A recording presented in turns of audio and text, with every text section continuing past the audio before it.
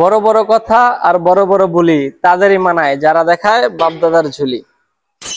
Brazil ফ্যানরা স্বপ্ন দেখে এরকম, কিন্তু স্বপ্ন যখন ভাঙে তখন দেখে এরকম।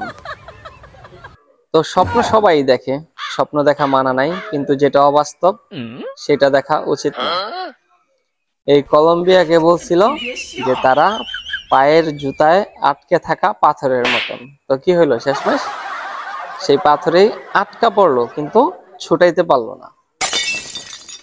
তো ব্রাজিল ম্যাচ ড্র করার পরেও তারা অত্যন্ত খুশি। তারা এই খুশিতে দেখবো তারা একটা মিছিল বের করছিল, যেহেতু তারা ড্র করছে সেই খুশিতে।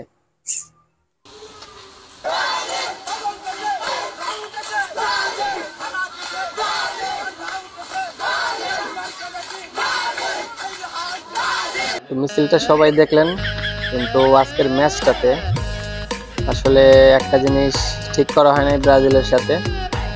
যেখানে ব্রাজিল টিম যদি আর্জেন্টিনার নাম শুনে সেখানেও তারা ভয় পায়। আর সেইখানে করছেটা কি, যে আর্জেন্টিনার রেফারি নামাইছে মাঠে, তাহলে তো তারা অবশ্যই ভয় পাবে, এটাই স্বাভাবিক।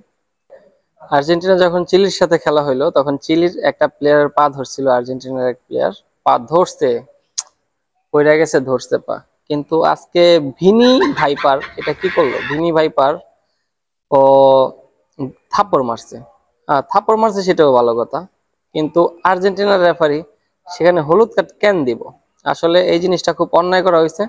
তারা থাপ্পড় দোক বা কাঁধে নিয়ে ফালাক, তারা ডাব্লিউডাব্লিউ চ্যাম্পিয়ন প্লেয়ার, তারা মারামারি করতেই পারে, এই জন্য আসলে হলুদ কার্ডটা দেওয়া ঠিক হয়নি সেখানে। আরো ব্রাজিলের প্লান্টি দেওয়া উচিত ছিল, প্লান্টিকে গোল দিয়ে ম্যাচটা উইন করতে পারতাম।